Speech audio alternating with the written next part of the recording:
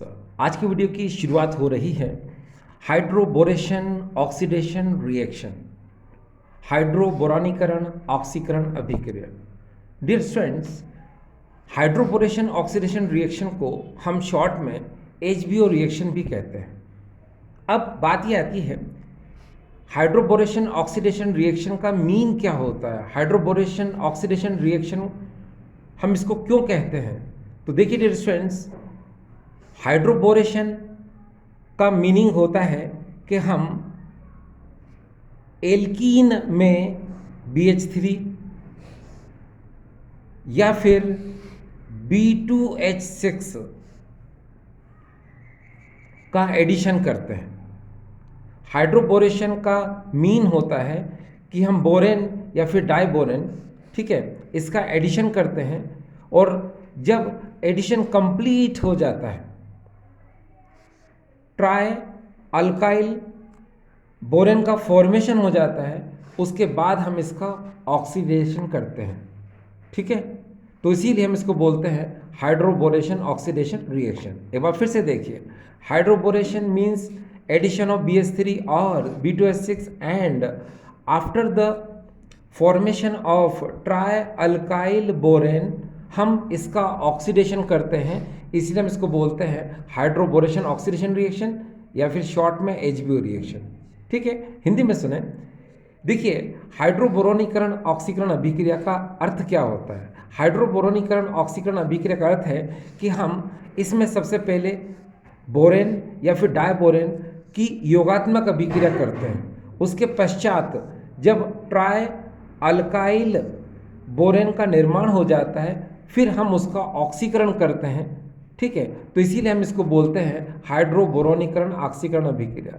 जब ये reaction and हो जाएगी तो हम इस बात को फिर से समझने की कोशिश करेंगे, तो फिर आपको ये HBO का मीन बहुत अच्छे से क्लियर हो जाएगा, ठीक डियर। चलिए शुरुआत करते हैं। देखिए यहाँ हम जो ले रहे हैं वो ले रहे हैं फर्स्ट स्टेप में, ये देखिए CH3 CH double bond CH2, ये है प्रोपीन। तो यहाँ इसको लिख दिया गया है, ये देखिए प्रोपीन, ठीक। अब ये जो प्रोपीन है ये अनसिमेट्रिकल एल्कीन है, ये प्रोपीन असममित एल्कीन है। हम सबसे पहले इसको BH3 के साथ एडिशन कराएंगे, यानी कि B2H6 लिखना चाहें तो हम इसके आगे 2 लगा देंगे बस, तो B2H6 हो जाएगा, ठीक है। अब बिकॉज हम इसका एडिशन कर रहे हैं BH3 का यानी कि B2H6 का, तो बिकॉज आगे 2 लिखा है तो रिएक्शन को बैलेंस करने के लिए हम यहाँ पर भी 2 लगा लेते हैं। अब बिकॉज ये अनसिमेट्रिकल एल्कीन है, तो अनसिमेट्रिकल एल्कीन में क्या होता है कि यहाँ पर हम एंटी मार्कोनिकॉफ रूल को फॉलो करते हैं, प्रति मार्कोनिकॉफ नियम को लगाते हैं। आप बहुत अच्छे से जानते हैं कि इस प्रोपीन में ये जो कार्बन है इसमें sp2 हाइब्रिडाइजेशन है, इस कार्बन पर भी sp2 हाइब्रिडाइजेशन है और इस कार्बन पर sp3 हाइब्रिडाइजेशन है।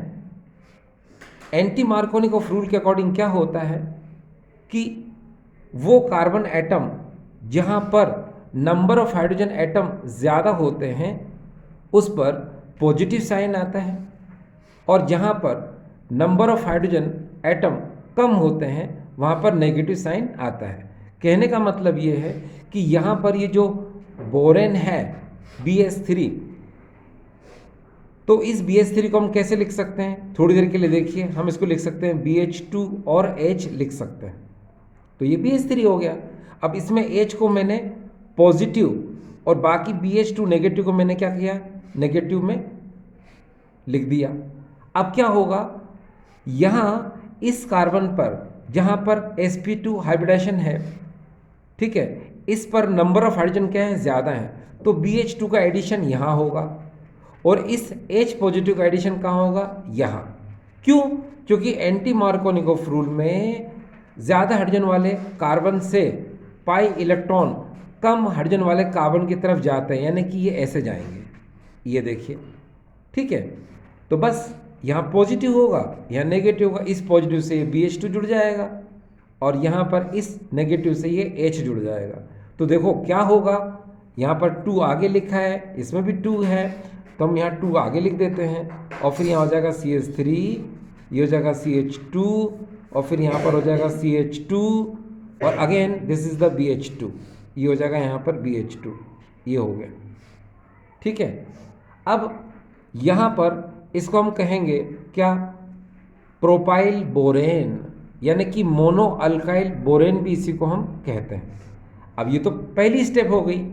अब सेकंड स्टेप में हम ओनली इसके एक मॉलिक्यूल को रिएक्ट कराते हैं, किससे, इस प्रोपीन से, यानी एल्कीन से।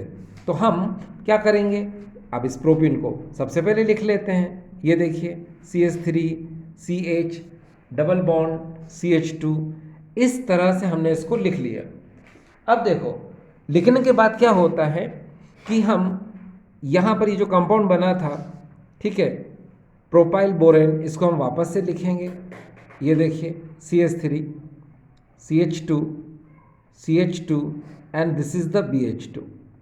अब यहाँ पर क्या होगा, एंटी मार्कोनिकोव रूल लगाएंगे आप, तो फिर से वही आपको पता है, यहाँ पाई और सिग्मा इलेक्ट्रॉन होते हैं, तो ज़्यादा हाइड्रोजन वाले कार्बन से पाई इलेक्ट्रॉन कम हाइड्रोजन वाले कार्बन की तरफ जाएंगे, यानी कि इस तरह से। ठीक है, ये पॉजिटिव होगा, ये नेगेटिव होगा। अब इस पॉजिटिव से आपको ध्यान रखना है कि ये जो बोरेन होता है BH3, इसमें से H को पॉजिटिव करो, बाकी पार्ट को नेगेटिव करो। यहाँ पर भी क्या है, जैसे BH2 लिखा हुआ है, तो आप क्या कर सकते हो भाई, देखो यहाँ पर मैं इसको लिख के बताता हूँ, CH3 CH2 CH2 और BH2 है, तो BH और H लिख लो। मैंने क्या कहा, H को पॉजिटिव, बाकी पार्ट को नेगेटिव मान लो, बस। अब इलेक्ट्रॉन को मूवमेंट कर दो ऐसे, ये प्लस होगा, ये माइनस होगा, इस प्लस से कौन जुड़ेगा, इतना पार्ट। ये देखिए इतना पार्ट क्या होगा, ये इससे जुड़ जाएगा, और ये H पॉजिटिव किस जुड़ेगा, यहाँ पर।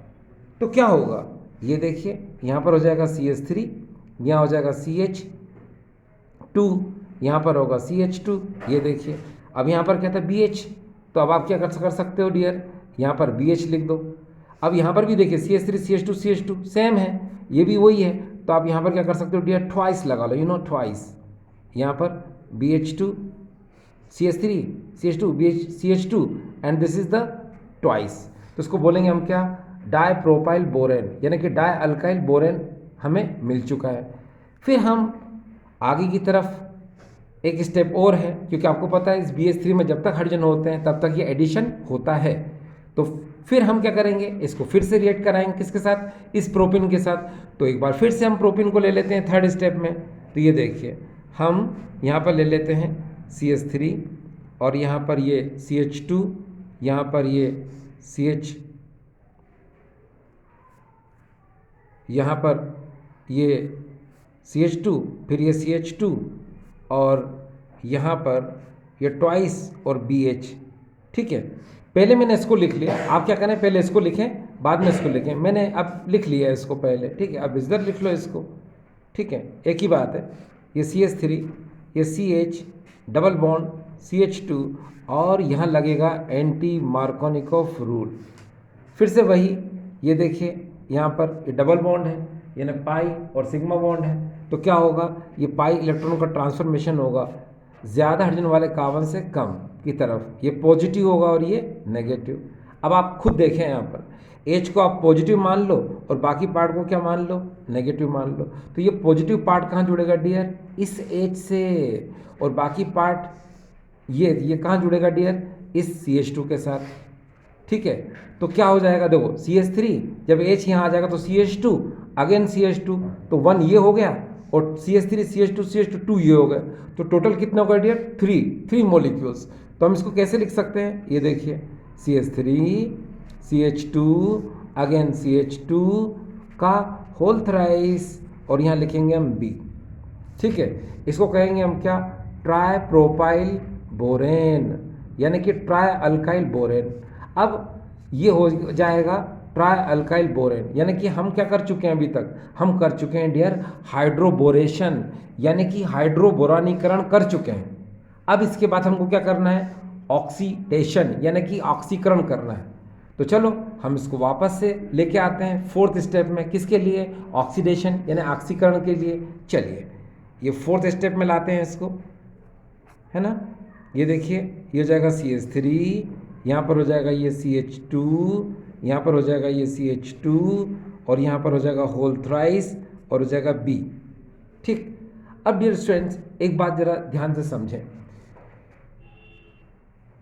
ऑक्सीडेशन यहाँ जो ट्राई अल्काइल बोरेन का होता है वो H2O2 का बेसिक मीडियम NaOH के साथ, है ना, इस ट्राई अल्काइल बोरेन का ऑक्सीडेशन होता है। कहने का मतलब ये है कि हम यहाँ पर H2O2 को यूज़ करते हैं एज ए ऑक्सीडाइजिंग एजेंट, ठीक है, ऑक्सीकारक के रूप में, और यहाँ पर हम ये बेसिक मीडियम OH नेगेटिव यानी कि NaOH की प्रेजेंस लेते हैं। अब ये जो H2O2 है, बिकॉज यहाँ 3 है तो आप इसको कैसे लिख सकते हो, 3 टाइम इसको भी लिख लो आप। लेकिन सबसे पहले जो H2O2 है इसको लिखने का तरीका देखिए डियर, कैसे लिखेंगे, लिसन, इसको लिखेंगे आप OH अगेन OH ऐसे लिख लो। अब बिकॉज यहाँ 3 है इसलिए यहाँ पर 3 लगा दो। अब देखना क्या होगा, आप इसका क्लीवेज कैसे करेंगे, यानी कि इस बॉन्ड को तोड़ेंगे कैसे, आप बीच में से यहाँ से बॉन्ड को ब्रेक कर दो, इधर भी वही करो कि यहाँ से बॉन्ड को भी यहाँ से ब्रेक कर दो। अब ये इतना पार्ट जो है आप इसके साथ ऐड कर दो, तो BOH का थ्राइस, ठीक है, तो यहाँ लिख देते हैं, देखिए ये BOH का होल थ्राइस आपने इधर लिख दिया। अब यहाँ पर भी देखिए CH3 CH2 CH2 और OH कितने हो गए डियर, 3, कितने हो गए 3। अब बिकॉज ये तो पहले से 3 है तो ओवरऑल क्या हो गया, थ्राइस, ये देखिए CH3 CH2 and this is the CH2OH, ये देखिए इसको हम लोग कहेंगे क्या, प्रोपाइल अल्कोहल, ठीक है। और ये जो बना है इसको कहेंगे हम डियर बोरिक एसिड, यहाँ लिख देते हैं, ये देखिए बोरिक एसिड, ठीक है। इसको चाहे तो आप कैसे लिख सकते हो, H3BO3 ऐसे भी लिख सकते हो, देखो H3BO3 ऐसे भी लिख सकते हो, ठीक है। आपने बोरिक पाउडर का नाम सुना होगा, ये एंटीसेप्टिक होता है ये पाउडर, और इसको हम कैरम बोर्ड में एज ए पाउडर यूज़ करते हैं, ठीक है, ठीक है ना, यस। अब दूसरी बात, ये जो है इसका नाम तो आपको पता ही है, प्रोपाइल अल्कोहल, या फिर आप बोल सकते हो प्रोपेनॉल, प्रोपेनॉल, ठीक। अच्छा अब हम वापस से आ जाते हैं कि ये HBO का मीन क्या होता है। इस HBO को हम क्या बोलते हैं, हाइड्रोबोरेशन ऑक्सीडेशन। अब ये हाइड्रोबोरेशन ऑक्सीडेशन का मतलब क्या निकला, अब आराम से देखिए, यहाँ देखिए आपने क्या किया, इस BH3 का आपने एडिशन कराया, इस BH3 का आपने योग कराया, किस में, इस एल्किन में, ये ट्राई प्रोपाइल बोरेन का फॉर्मेशन हो गया, तो ये क्या हो गया, हाइड्रोबोरेशन पूरा हो गया। इसके बाद आपने यहाँ पर क्या किया, ऑक्सीडेशन, चलो यहाँ लिख देते हैं ऑक्सीडेशन, तो हाइड्रोबोरेशन भी हो गया और फिर इसके बाद में क्या हो गया, ऑक्सीडेशन भी हो गया, इसलिए हम इसको क्या बोलते हैं, हाइड्रोबोरेशन ऑक्सीडेशन रिएक्शन, हिंदी में हाइड्रोबोरोनीकरण ऑक्सीकरण अभिक्रिया। तो ये आपको समझ में आ गया, ठीक है। चलिए अब हम आगे की तरफ चलते हैं। यहाँ पर आपके सामने एक क्वेश्चन है, ये देखिए, हमको डिहाइड्रेशन ऑफ अल्कोहल करना है, उसके लिए हमारे पास ऑप्शन है conc HCl, conc HNO3, conc H2SO4 and none, ये 4 ऑप्शन है। तो इसका करेक्ट ऑप्शन क्या होगा, आप सोच करके देखिए कि इसमें करेक्ट ऑप्शन क्या हो सकता है। तो मैं बता दूं आपको, इसका करेक्ट ऑप्शन है C, कंसंट्रेटेड H2SO4, ये इसका करेक्ट आंसर है। अब ऐसा क्यों होता है, तो चलिए शुरुआत करते हैं। देखिए आप बहुत अच्छे से जानते हो कि अगर हमको अल्कोहल से एल्कीन बनाना है, यानी कि डिहाइड्रेशन ऑफ अल्कोहल में अगर हमको अल्कोहल से एल्कीन बनाना हो तो हम इनमें से किस डिहाइड्रेटिंग एजेंट का यूज़ करेंगे, यानी इनमें से तीनों में से कौन ऑप्शन है या फिर नहीं है, ये हमको बताना है। तो डियर स्टूडेंट देखिए, सबसे पहले हम क्या कराते हैं, ये जो अल्कोहल है एथेनॉल, इसको हम प्रोटोनेशन कराते हैं, यानी प्रोटोनीकरण कराते हैं। ये जो एसिड है HCl या फिर कंस HCl, या फिर H2SO4 ये प्रोटॉन को जल्दी से क्या कर देते हैं, लिबरेट कर देते हैं। ठीक है, तो या तो ये या ये, माफ करना, ये तो HCl कौन सा HCl या फिर कौन सा H2SO4, हम इस दोनों की पहले बात कर रहे हैं। अब इन दोनों में अगर मान लो H पॉजिटिव ये देता है या ये देता है तो क्या होगा, ये देखिए कि यहाँ पर ये जो इथेनॉल है इस प्रोटॉन को क्या करेगा, ले लेगा।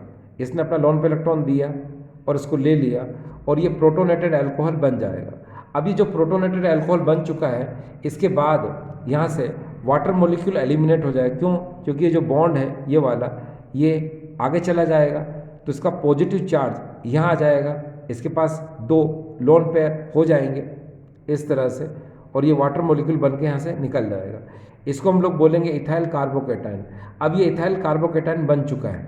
अब इथाइल कार्बोकेटाइन बनने के बाद अब आप खुद सोचो कि अगर आप इस कंस HCl का यूज़ करते हैं तो इसका H तो यूज़ में आ चुका है। अब रही बात यहाँ पर जो Cl है तो आपको पता होगा कि Cl नेगेटिव जो है एक स्ट्रॉन्ग न्यूक्लियोफाइल होता है। स्ट्रॉन्ग न्यूक्लियोफाइल होने की वजह से ये सब्स्टिट्यूशन रिएक्शन को ईजिली करता है। ठीक है, ये एक प्रबल नाभिक स्नेही अभिकर्मक है और ये प्रतिस्थापन अभिक्रिया को शीघ्रता से करता है। इसलिए क्या होता है कि इसकी प्रेजेंस में, ठीक है, क्या होता है कि इसकी प्रेजेंस में यहाँ से आप देखिए कि इसकी प्रेजेंस अगर हम ले लेते हैं किसकी, Cl नेगेटिव की, तो इसकी प्रेजेंस में क्या होता है कि अल्कोहल का जो OH नेगेटिव है वो रिमूव हो जाता है और उसकी जगह पर क्या Cl नेगेटिव आ जाता है। यहाँ पर हमने क्या किया, यहाँ पर हमने इथाइल कार्बोकेटाइन को बनाया और इथाइल कार्बोकेटाइन जो होता है ये क्या करता है, स्ट्रॉन्ग न्यूक्लियोफाइल होता है। इसीलिए ये यहाँ पर डायरेक्ट क्या करेगा, ये अटैक करेगा। अटैक अगर डायरेक्ट कर देगा तो यहाँ पर क्या बन जाएगा, ये क्लोरोइथेन का फॉर्मेशन कर लेगा। कहने का मतलब ये है, आप यहाँ पर ये चीज़ समझें कि अगर हम डिहाइड्रेशन ऑफ अल्कोहल कर रहे हैं और उसके अंदर हम कंसनट्रेट HCl लेते हैं तो पहले तो ये होगा, ठीक है, ठीक है, क्या बनाएगा, ये प्रोटोनेटेड अल्कोहल बनाएगा, फिर ये इथाइल कार्बोकेटाइन बनाएगा और फिर इथाइल कार्बोकेटाइन बनने के बाद ये Cl नेगेटिव स्ट्रॉन्ग न्यूक्लियोफाइल है, ये इथाइल कार्बोकेटाइन के इस पॉजिटिव वाले कार्बन पर अटैक कर देगा और क्लोरोइथेन बना लेगा। तो भाई हम बनाना क्या चाह रहे थे, एल्कीन, मगर हमको एल्कीन नहीं मिलेगा। क्या मिलेगा यहाँ पर, हमको क्लोरोइथेन मिलेगा। तो इसीलिए हम यहाँ पर इस कंसंट्रेटेड HCl का यूज़ नहीं कर सकते। चलो इसको तो कैंसिल कर दिया। अब इसके बाद हम आगे चलते हैं, हम बात करेंगे यहाँ पर कंसंट्रेटेड HNO3 की बात करते हैं। अब अगर यहाँ पर अगर आप ध्यान से देखें कि कंसंट्रेटेड HNO3 की अगर हम बात करते हैं तो यहाँ पर ये जो HNO3 है ये स्ट्रॉन्ग ऑक्सीडाइजिंग एजेंट होता है। स्ट्रॉन्ग ऑक्सीडाइजिंग एजेंट होने की वजह से ये अल्कोहल पहले एल्डिहाइड बनाता है और फिर कार्बोक्सिलिक एसिड बना लेगा। कहने का मतलब ये है कि इस HNO3 की प्रेजेंस में ये नेसेंट ऑक्सीजन यहाँ से वाटर मॉलिक्यूल को एलिमिनेट करेगा तो पहले क्या बनेगा, CH3CHO ये बन जाएगा। फिर ये अगेन ऑक्सीडेशन कर देगा इसके साथ और क्या बनाएगा, एसिटिक एसिड बना लेगा। तो ये भी पॉसिबल नहीं है। क्यों, क्योंकि ये एथेनॉल से सीधे क्या करता है, कार्बोक्सिलिक एसिड का फॉर्मेशन कर लेता है। अब लास्ट में इसको यहाँ से हटा दो, यानी ये भी नहीं हो सकता।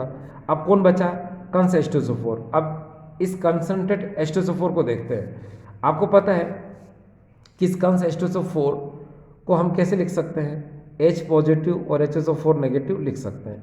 अब इसका H पॉजिटिव क्या करेगा, ये देखिए,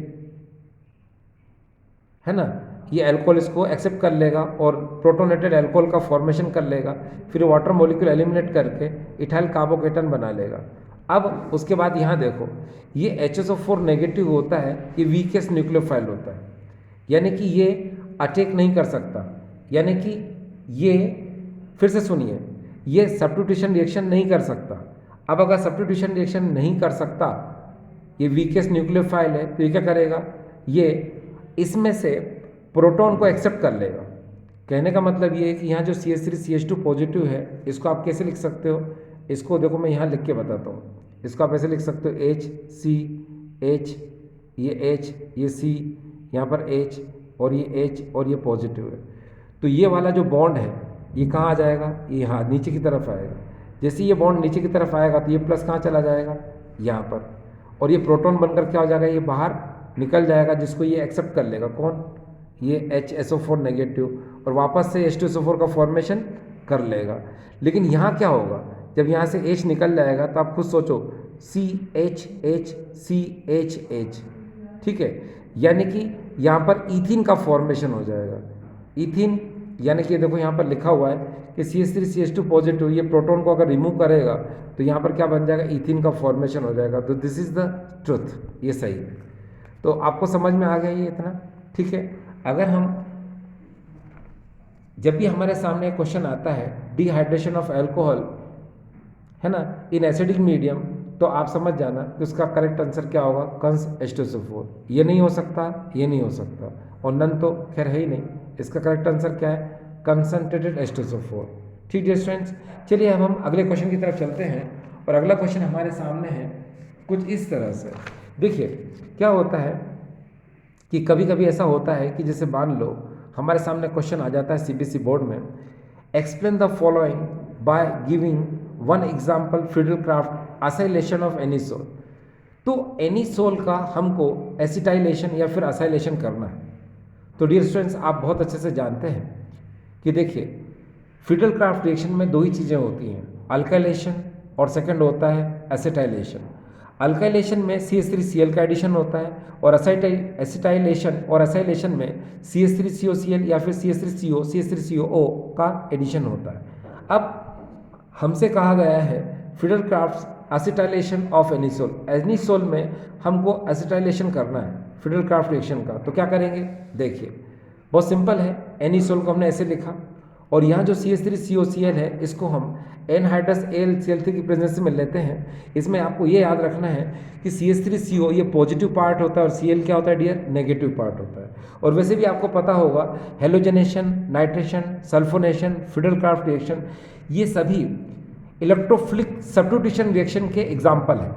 इनमें जो पॉजिटिव पार्ट होता है वो क्या होता है, ऐड होता है। तो इसके अंदर ये जो पॉजिटिव पार्ट है ये ऐड होगा, आर्थो पर ऐड होगा, तो यहाँ से H निकलेगा, वो Cl के साथ HCl बना लेगा, या फिर ये पैरा पर ऐड होगा तो यहाँ से H निकलेगा, वो Cl के साथ HCl का फॉर्मेशन कर लेगा। तो देखो ये CH3CO अगर आर्थो पर अटैक करेगा यहाँ पर तो ये बन जाएगा, अगर ये अटैक करता है पैरा पर तो ये बन जाएगा, और यहाँ का H और ये Cl HCl बना लेगा। अब इसका नाम देखिए क्या होगा, आपको पता है कि हम बेंजीन में अगर COCH3 लगा रहता है तो इसको हम लोग बोलते हैं एसीटोफिनोन, ठीक है। तो डिजिट कैसे देंगे हम इसको, 1 एंड दैट इज 2, तो इसको हम लोग बोलेंगे 2-मेथऑक्सी एसीटोफिनोन। अब इसका नाम देखिए क्या होगा, 1 2 3 4, तो ये हो जाएगा 1, ये 2, ये 3 4, तो इसको बोलेंगे हम क्या, 4-मेथॉक्सी एसीटोफिनोन। आपको पता है कि ये पैरा पोजीशन वाला है और ये आर्थो पोजीशन वाला है। आर्थो पोजीशन वाला है, ये कंपाउंड यहाँ पर माइनर प्रोडक्ट होता है, यानी बहुत कम मात्रा में बनता है, और ये मेजर प्रोडक्ट होता है जो कि ज़्यादा क्वांटिटी में बनता है। देखो डियर स्टूडेंट, कभी कभी क्वेश्चन में ये कोई ज़रूर नहीं कि असाइलेशन आए, हो सकता है कि अगर अल्काइलेशन आ जाए तो भी बिल्कुल प्रॉब्लम की बात नहीं है।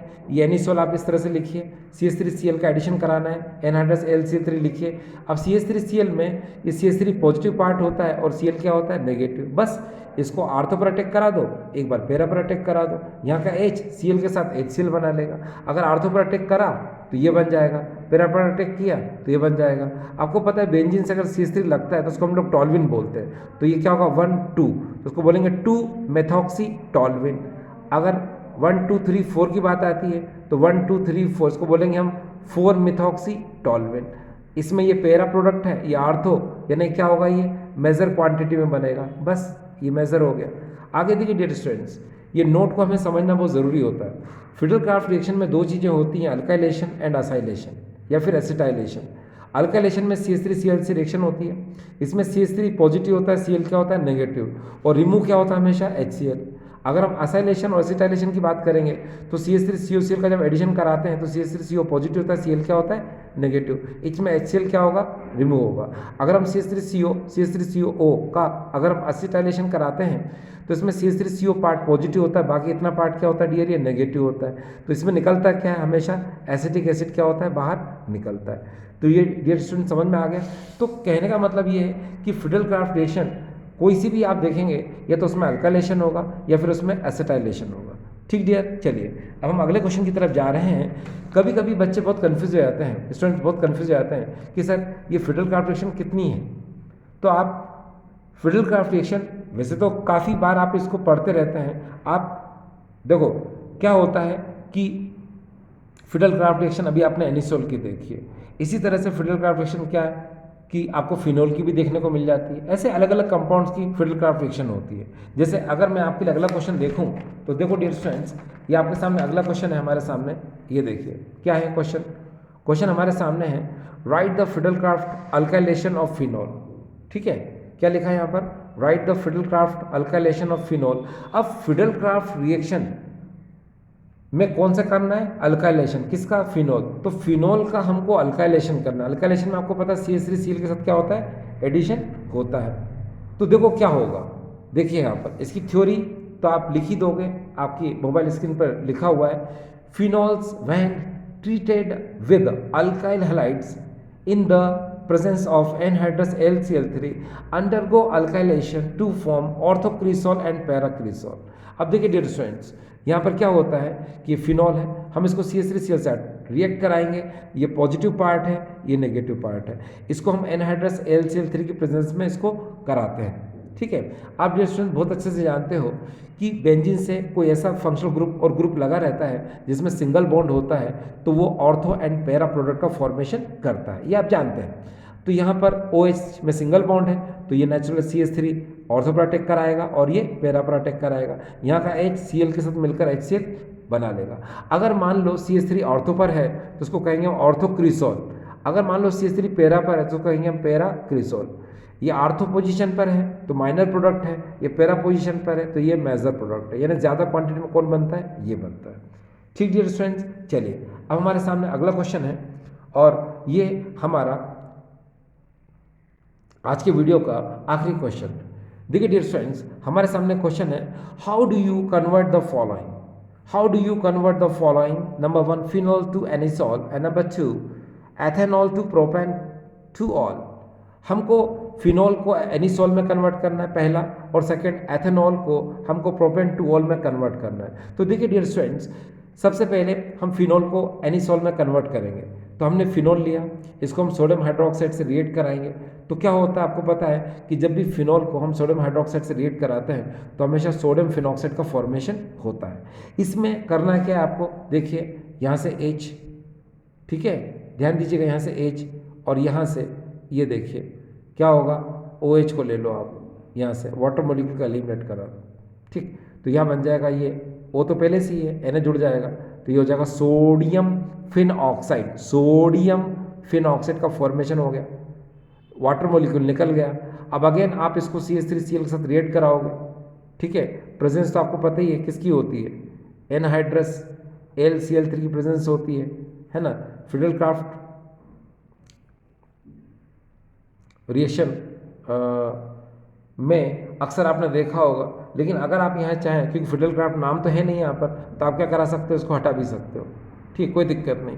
अब आप CH3Cl है, आप रिएक्ट करा दो तो यहाँ से NaCl बाहर हो जाएगा और इस CH3 यहाँ पर ऊपर जुड़ जाएगा, तो क्या बन जाएगा डियर, ये एनिसोल बन जाएगा। ठीक है, चलिए अब हम आगे की तरफ चलते हैं। इस समय हम पढ़ रहे हैं ethanol to propan two ol. तो सबसे पहले हम क्या लेंगे, एथेनॉल लेंगे। कॉपर की प्रेजेंस 573 केल्विन पर, इसको हम जब हीट करते हैं तो यहाँ से H और यहाँ से H2 बाहर हो जाएगा तो CH3CHO बन जाएगा, यानी एथेनॉल बन जाएगा। फिर जब हम एथेनॉल को CH3MgBr से रिएक्ट कराते हैं तो याद रखना आप कि CH3MgBr को जब भी हम रिएक्ट कराते हैं किसी भी एल्डिहाइड से तो उसको हम ऐसे लिख लें तो ज़्यादा बेहतर होता है। ठीक है, तो कैसे, CH3C डबल बॉन्ड O और H। अब इलेक्ट्रॉन मूवमेंट ऐसे करोगे तो ये पॉजिटिव होगा या नेगेटिव होगा। इसमें CH3 नेगेटिव होता है, MgBr क्या होता है, पॉजिटिव। तो इस पॉजिटिव से ये CH3 जुड़ जाएगा, इस नेगेटिव से MgBr जुड़ जाएगा, तो हमें मिलेगा ये। इसका हम एसिडिक हाइड्रोलिसिस कराएंगे, ठीक है, अम्लीय जल अपघटन कराएंगे तो क्या होगा, H2O को HOH में ब्रेक कर दो। आपको पता है MgBr की एक आदत होती है कि जब भी इसे कोई फंक्शनल ग्रुप दिखता है तो उसके साथ ये भाग जाता है, तो MgBr इस OH के साथ क्या हो जाएगा, भाग जाएगा और H इसके साथ जुड़ जाएगा, तो हमें मिलेगा ये, है ना। आप इसका नाम जानते हो, देखो 1 2 3, तो क्या बोलेंगे, प्रोपेन टू ऑल, ये तो IPC नाम हो गया। और 2 डिग्री एल्कोहल क्या हो जाएगा इसका, डेरिवेटिव नेम हो जाएगा। अब डियर स्टूडेंट्स यहाँ पर आप नोट देखें, ये फॉर्मल्डिहाइड है, ये एसेटल्डिहाइड है और ये एसीटोन है, यानी कि मेथेनल, एथेनल और ये प्रोपेनॉन है। तो जब भी आप इसकी रिएक्शन मिथाइल MgBr यानी मिथाइल मैग्नीशियम ब्रोमाइड के साथ कराएंगे और उसका एसिडिक हाइड्रोलिसिस कराएंगे ना, हाइड्रोलिसिस कराएंगे तो 1 डिग्री अल्कोहल बनेगा। अगर आप CH3MgBr के साथ इसको रिएक्ट कराते हैं और H2O एसिडिक हाइड्रोलिसिस कराते हैं, जैसे अपन ने अभी यहाँ किया था, तो क्या बनेगा, 2 डिग्री अल्कोहल बनेगा। और अगर आप प्रोपेनॉन एसीटोन लेते हैं तो CH3MgBr के साथ एडिशन कराएंगे तो पहले तो ये वाला कंपाउंड बना लेना, ठीक है, फिर H2O एसिडिक हाइड्रोलिसिस करा के ये 3 डिग्री अल्कोहल का फॉर्मेशन हो जाएगा। ठीक डियर स्टूडेंट्स, तो आज का जो वीडियो है डियर स्टूडेंट्स आपको समझ में आया होगा, ठीक है। Thank you students.